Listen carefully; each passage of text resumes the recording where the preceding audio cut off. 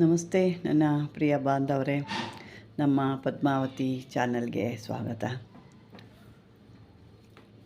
ವೀಕ್ಷಕರೇ, ಇವತ್ತೊಂದು ಇದು ನಿಮಗೆ ಸರಿಯಾದ ವಿಷಯ ಗೊತ್ತಾಗಲಿ. ವಿಷಯ ಹೇಗೆ, ಏನು, ನಾವು ಚಕ್ರಗಳನ್ನ ಬರಿತೀವಿ ಅಥವಾ ಯಂತ್ರಗಳನ್ನ ಬರಿತೀವಿ, ಅದನ್ನು ಹೇಗೆ ಬರಿಬೇಕು, ಮತ್ತು ಅದು ಬರೆದಾದ ಮೇಲೆ ಏನು ಮಾಡಬೇಕು ಅನ್ನೋದು ಸಾಮಾನ್ಯ ಜನರಿಗೆ ಗೊತ್ತಿಲ್ಲ. ಹಾಗಾಗಿ ಅದ್ರ ಡೀಟೇಲ್ಸ್ ಇವತ್ತು ನಿಮಗೆ ಹೇಳ್ತಾ ಇದ್ದೀನಿ. ಯಾವ ರೀತಿ ಬರಿಬೇಕು, ಹೆಂಗೆ ಬರೆದಾದ್ಮೇಲೆ ಏನು ಮಾಡಬೇಕು ಅದನ್ನು ಅನ್ನೋದು ಇವತ್ತಿಲ್ಲಿ ನಿಮಗೆ. ಸಾಮಾನ್ಯಗೆಲ್ಲ ಚಕ್ರಗಳು ಬರೆದಿರ್ತೀರ. ನಾನು ಉದಾಹರಣೆ ಕೂಡ ಇಲ್ಲೊಂದು ತೋರಿಸ್ತೀನಿ ನೋಡಿ. ಈ ರೀತಿ ಯಾವುದೋ ಒಂದು ಯಂತ್ರಗಳು ಚಕ್ರಗಳು ಬರೆದಿದ್ದೀರ, ಈ ರೀತಿ ಬರೆದಿದ್ದೀರ ಅಂದ್ಕೊಳ್ಳಿ.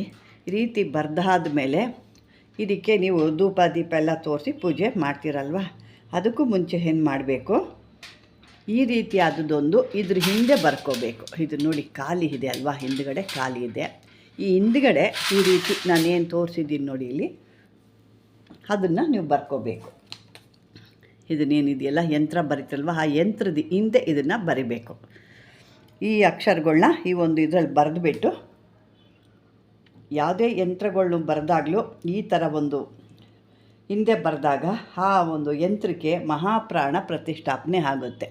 ಪ್ರಾಣ ಪ್ರತಿಷ್ಠಾಪನೆ ಮಂತ್ರ ಹೇಳ್ತೀರ, ಓಕೆ. ಆದರೆ ಅದ್ರ ಹಿಂದೆ ಇನ್ನೂ ಈ ರೀತಿ ಬರೆದಾಗ ಆ ಒಂದು ಬರೆದಂಥ ಒಂದು ಯಾವುದು ಯಂತ್ರ ಇರುತ್ತೆ, ನೋಡಿ ನಿಮಗಿನ್ನೂ ಅರ್ಥ ಆಗಲಿಲ್ಲ ಅಂದರೆ ನೋಡಿ, ಕೆಲವೊಂದು ನಾನು ಪೇಪರಲ್ಲಿ ಬರ್ಕೊಂಡಿರ್ತೀನಿ. ಈ ರೀತಿಯಾದ ಯಂತ್ರಗಳು ಬರೆದಾಗ ಅದ್ರ ಹಿಂದೆ ನೀವು ಬರಿಬೇಕು.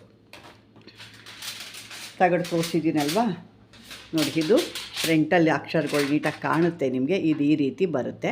ಇದ್ರ ಹಿಂದೆ ಈ ರೀತಿ ಇದನ್ನು ಹಿಂದೆ ಏನಿರುತ್ತಲ್ವ ಆ ಬರೆದಿರೋ ಯಂತ್ರದ ಹಿಂದೆ ನೀವು ಈ ಒಂದು ಮಂತ್ರನ ಬರಿಬೇಕು. ಮಂತ್ರ ಮತ್ತು ಅದೇ ರೀತಿ ಬಾಕ್ಸ್ ಹಾಕೋಬೇಕು. ಅದನ್ನೆಲ್ಲ ಬರೆದು ಅದಕ್ಕೆ ಪ್ರಾಣ ಪ್ರತಿಷ್ಠಾಪನೆ, ಆವಾಗ ಅದಕ್ಕೆ ಇನ್ನೂ ಭಾಳ ಒಳ್ಳೆ ಒಂದು ಶಕ್ತಿ ಅಂತ ಬರುತ್ತೆ. ಮೊದಲು ನೀವು ಪ್ರಾಣ ಪ್ರತಿಷ್ಠಾಪನೆ ಯಂತ್ರ ಮಾಡಬೇಕಾದ್ರೆ ಕೆಲವೊಂದು ಯಂತ್ರಗಳಿಗೆ ಅಂದರೆ ಆ ಒಂದು ತಗಡುಗಳಿಗೆ ನೀವು ಅಶುದ್ಧಿ ಮಾಡಿ ಅದಕ್ಕೆ ಪ್ರಾಣ ಪ್ರತಿಷ್ಠಾಪನೆ ಎಲ್ಲ ಬರೆದಾದ್ಮೇಲೆ ಪ್ರಾಣ ಪ್ರತಿಷ್ಠಾಪನೆ ಮಾಡಿರ್ತೀರ. ಅದು ಎಲ್ಲ ಆ ಒಂದು ಯಂತ್ರ ಮಾಡಬೇಕು ಮುಂಚೆನೇ ಈ ತಗಡುಗಳಿಗೆಲ್ಲ ನೀವು ಚೆನ್ನಾಗಿ ಅದನ್ನು ಶುದ್ಧಿ ಮಾಡಬೇಕು. ಶುದ್ಧಿ ಮಾಡಿ ಅದಕ್ಕೆ ಜೀವ ಕಳೆ ಕೊಟ್ಟು ನೀವು ಇದು ರೆಡಿ ಆದಮೇಲೆ ತದನಂತರ ಏನು ಮಾಡಬೇಕು, ಚಕ್ರ ಬರೆಯೋಕ್ಕೆ ಶುರು ಮಾಡ್ತಾರೆ. ಚಕ್ರ ಬರೆದೆಲ್ಲ ಮುಗಿದ ಮೇಲೆ ಅದಕ್ಕೆ ಪ್ರಾಣ ಪ್ರತಿಷ್ಠಾಪನೆ ಮಾಡ್ತೀರಾ. ಜೀವ ಕಳೆ ಅಥವಾ ಪ್ರಾಣ ಪ್ರತಿಷ್ಠಾಪನೆ ಮಾಡ್ತೀರಾ. ಇದೆಲ್ಲ ಆದ ನಂತರ ಹಿಂದೆ ನೀವೇನು ಬರೆದಿದ್ರೆ ಅದ್ರ ಹಿಂದೆಗಡೆ ಈ ಒಂದು ನೀವೇನು ನೋಡ್ತಾ ಇದ್ದೀರಾ ಇಲ್ಲಿ, ಇದನ್ನು ಬರಿಬೇಕು. ಇದನ್ನು ಬರೆದಾಗಲೇ ಅಲ್ಲೊಂದು ಅದ್ಭುತವಾದಂಥ ಶಕ್ತಿ ಅನ್ನೋದು ತುಂಬೋದು ಅದಕ್ಕೆ. ನಂತರ ಈ ಒಂದು ಯಂತ್ರಗಳನ್ನ ಹಿಂದಿನ ಮುಖದಲ್ಲಿ ಅಂದರೆ ಏನು ಬರೆದಿರ್ತಿರಲ್ಲ, ಮುಂದೆ ಬರ್ತಾ ಇದ್ರ ಹಿಂದಿನ ಮುಖದಲ್ಲಿ ಯಂತ್ರನ ಬರೀಬೇಕಾಗುತ್ತೆ. ಆ ಬರೆದಾಗ ಸರ್ವ ಯಂತ್ರಗಳಿಗೆ ಪ್ರಾಣ ಪ್ರತಿಷ್ಠಾಪನೆ ಒಂದು ಆಗುತ್ತೆ. ಇದು ಯಾವುದೇ ರೀತಿ ಒಂದು ನಿಮಗೆ ಅದ್ಭುತವಾದಂಥ ಫಲ ಕೊಡುತ್ತೆ. ಯಾಕಂದರೆ ಕೆಲವು ಪಾಪ ಜನಕ್ಕೆ ಗೊತ್ತಿರಲ್ಲ, ಸಾಕಷ್ಟು ಅವರು ಯಂತ್ರಗಳು ಚಕ್ರಗಳು ಪಾಪ ಎಲ್ಲ ಬರೆದಿರ್ತಾರೆ. ಅದರಲ್ಲೂ ಹಾಗಿರುತ್ತೆ. ಅದರಲ್ಲಿ ಪೂರ್ತಿ ಇದನ್ನು ಬರೆದಾಗ ನಿಮಗೆ ಪೂರ್ತಿಯಾದಂಥ ಒಂದು ಆ ಶಕ್ತಿ ಅನ್ನೋದು ಅದರೊಳಗೆ ತುಂಬುತ್ತೆ. ಇದೆಲ್ಲ ಮಾಡಿಕೊಟ್ಟಾಗ, ಯಾಕೆಂದರೆ ಅಲ್ಲಿ ಕೆಲಸ ಆದಾಗ ಅವ್ರಿಗೂ ಕೂಡ ನೀವು ಕೊಟ್ಟಂಥ ಒಂದು ಯಂತ್ರ ಆಗ್ಬೋದು, ಚಕ್ರ ಆಗ್ಬೋದು, ಅವ್ರಿಗೆ ಕೊಟ್ಟಂಥ ಬೇರೆಯವ್ರಿಗೆ ಕೊಟ್ಟಾಗ ಅವ್ರ ಕೆಲಸ ಆದಾಗ ಇನ್ನೂ ಒಂದು 10 ಜನಕ್ಕೆ ಅವ್ರು ಹೇಳ್ಕೊಳ್ತಾರೆ, ಪರವಾಗಿಲ್ಲ ಕೆಲಸ ಆಗಿದೆ ನಮಗೆ ಪರವಾಗಿಲ್ಲ ಅಂತ ಹೇಳ್ಕೊಳ್ತಾರೆ. ಆ ರೀತಿ ನಿಮ್ಗೆ ಹೆಸರು ಬರಬೇಕು ಅನ್ನೋದಿದ್ದರೆ ಈ ರೀತಿಯಾದ ಆ ಒಂದು ಚಕ್ರದ ಒಂದು ತಗಡನ್ನ ಹಿಂದೆ ನೀವು ಬರೆದಿರುತ್ತಲ್ಲ, ಅದ್ರದ್ದು ಏನೇ ಇದ್ದರೂ ಆ ಹಿಂದೆ ಒಂದು ಈ ರೀತಿ ಬರೆದಾಗ ಅದರಲ್ಲಿ ಇನ್ನೂ ಒಂದು ಶಕ್ತಿ ಅನ್ನೋದು ತುಂಬಿಕೊಳ್ಳುತ್ತೆ. ಯಾಕೆಂದರೆ ಸಾಕಷ್ಟು ಜನಕ್ಕೆ ಪಾಪ ಇದ್ರ ಬಗ್ಗೆ ಗೊತ್ತಿರೋದಿಲ್ಲ. ಹಾಗಾಗಿ ತಿಳ್ಕೊಂಡಿದ್ರೆ ತಿಳ್ಕೊಳ್ಳಿ, ಪರವಾಗಿಲ್ಲ. ತಿಳ್ಕೊಂಡಿಲ್ಲ, ಗೊತ್ತಿಲ್ಲ ನಮಗೆ ಅಂದರೆ ಇವಾಗ ಇದನ್ನು ಈ ರೀತಿ ಮಾಡಿಕೊಂಡು ಇನ್ನು ಮುಂದೆ ಬರೆಯೋ ಅಂಥವ್ರು ಇದನ್ನು ಈ ರೀತಿ ಬರ್ಕೊಳ್ಳಿ.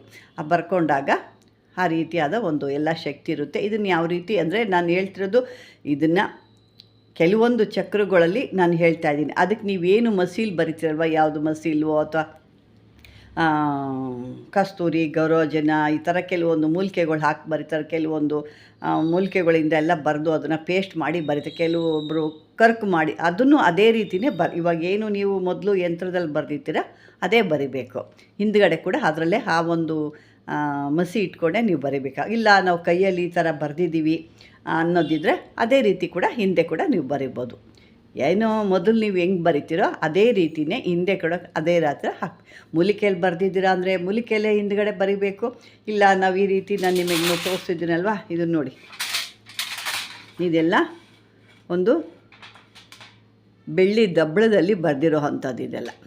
ಇದು ಕೂಡ ಅದೇ ರೀತಿ ಹಿಂದ್ಗಡೆ ನೀವು ಬರ್ಕೋಬೋದು. ಅದೇ ರೀತಿ ಇದಕ್ಕೆ ಯಾವುದೇ ಮೂಲಿಕೆಯಲ್ಲಿ ನಾನು ಬರೆದಿಲ್ಲ, ಇದನ್ನು ಹಾಕ್ಕೋಬೋದು. ಇದು ನಂತರ ನಾನು ಏನು ಮಾಡ್ತೀನಿ, ಮೂಲಿಕೆಗಳ ರಸಾಯನ ಇದಕ್ಕೆ ಹಾಕ್ತೀನಿ ನಾನು. ಅಂದರೆ ಮುಂದ್ಗಡೆ ಒಂದು ರೀತಿ ಒಂದು ಮೂಲಿಕೆ ಬಂದರೆ ಮೂಲಿಕೆ ಹಿಂದ್ಗಡೆ ಒಂದು ಮೂಲಿಕೆ ಬರುತ್ತೆ. ಎರಡೂ ಒಂದೇ ಥರ ಬರೋದಿಲ್ಲ. ಮುಂದಿನಿಂದ ಒಂದು ಮೂಲಿಕೆ ಹಾಕಿದ್ರೆ ಹಿಂದೆಗಡೆ ಒಂದು ಮೂಲಿಕೆ ಹಾಕ್ತೀವಿ. ಆ ರೀತಿ ಹಾಕ್ಕೊಂಡಾಗ ಇನ್ನೂ ಒಂದು ಶಕ್ತಿ ಬರುತ್ತೆ. ಆ ರೀತಿ ಹಾಕೋರು ಆ ರೀತಿ ಹಾಕ್ಕೋಬೋದು. ಇಲ್ಲ ನಾವು ಈ ರೀತಿ ಮಾಡ್ಕೊಳ್ತೀವಿ ಅಂದರೆ ಈ ರೀತಿ ಕೂಡ ನೀವು ಮಾಡ್ಕೋಬೋದು. ಯಾಕೆಂದರೆ ಸಾಕಷ್ಟು ಜನಕ್ಕೆ ಇದ್ರ ಬಗ್ಗೆ ಅರಿವಿರೋದಿಲ್ವಲ್ಲ, ಅದನ್ನು ಮಾಡಿಕೊಂಡು ಇನ್ನೂ ನಿಮ್ಮ ಶಕ್ತಿನ ಹೆಚ್ಚಿಸ್ಕೊಳ್ಳಿ ಅನ್ನೋ ಉದ್ದೇಶಕ್ಕೆ ನಾನು ಇದನ್ನು ಕೊಡ್ತಾಯಿದ್ದೀನಿ. ಇದು ನೋಡಿ ನಿಮಗೆ ಉಪಯೋಗಕ್ಕೆ ಬಂದರೆ ಲೈಕ್ ಮಾಡಿ, ಶೇರ್ ಮಾಡಿ, ಸಬ್ಸ್ಕ್ರೈಬ್ ಮಾಡ್ಕೊಳ್ಳಿ ಅಂತ ಹೇಳ್ತಾ ಬಾಂಧವರೇ, ಧನ್ಯವಾದಗಳು.